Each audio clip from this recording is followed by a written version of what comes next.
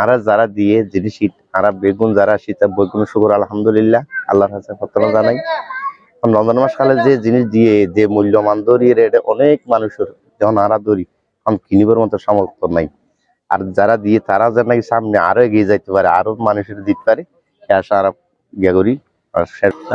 আবাম foundation Bangladesh প্রায় প্রতি 1 থেকে 1.5 মাস বা 2 মাস পর পর এই কুতুবদিয়াতে অসহায় দুস্থ দরিদ্র যারা আছে তাদেরকে বিভিন্ন প্রকার সাহায্য করে যাচ্ছে। প্রতিবার তাদের সাহায্যে যে প্যাকেজগুলো থাকে, যে প্রোগ্রাম থাকে, সেই প্যাকেজে স্কুলের যে প্রধান শিক্ষক হিসাবে আমি সবসময় উপস্থিত থাকার চেষ্টা করেছি, প্রতিবার বেশিরভাগ ছিলাম। তাছাড়া তাদের আরেকটা স্বাবলম্বী ফাউন্ডেশন আছে। এই স্বাবলম্বী ফান্ড থেকে এই কুতুবদিয়াতে আমার জানা মতে পর্যন্ত প্রায় 52 থেকে 53 জনকে তারা স্বাবলম্বী করার জন্য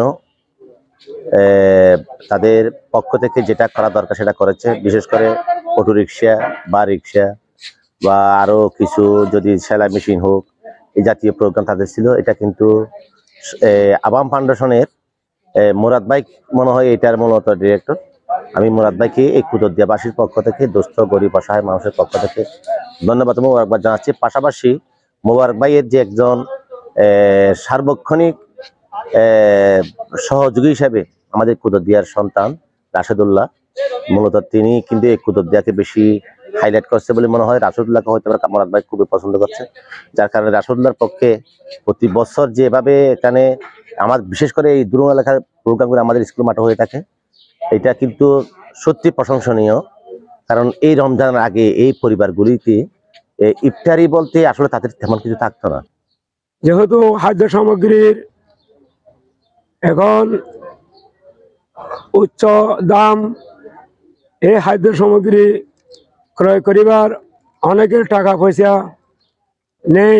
সুতরাং এই যে আমরা এই আবাম ফাউন্ডেশন বাংলাদেশ এই কর্তৃপক্ষ থেকে, এই সংস্থা থেকে যে আমরা এই যে ইফতারি সামগ্রী পেয়েছিলাম, এই জন্য আমরা এই আবাম ফাউন্ডেশন বাংলাদেশ কর্তৃপক্ষ থেকে আমরা আমাদের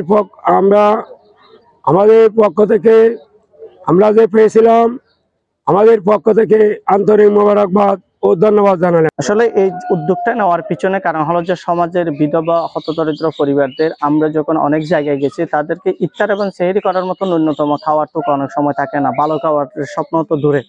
এই মানসিকতা থেকে আবাম ফাউন্ডেশন 2003 সাল থেকে এই ধরনের কার্যক্রম শুরু করছে, যার প্রতি বছরে নিয়ে এই বছরও আমাদের যে ধারাবাহিক কার্যক্রম রমজান শুরুর আগে আমাদের যে একটা লক্ষ্য থাকে তাদের মাঝে যেন আমরা ফুড প্যাকেটগুলো পৌঁছে দিই, অন্তত পক্ষে তারা 10 দিন মতো যেন তারা নিরবিচ্ছিন্নভাবে একটা ছোট্ট পরিবার খাওয়ার উপযোগী কিছু খাওয়ার আমরা তাদের মাঝে পৌঁছে দেওয়ার চেষ্টা করি ইনশাল্লাহ।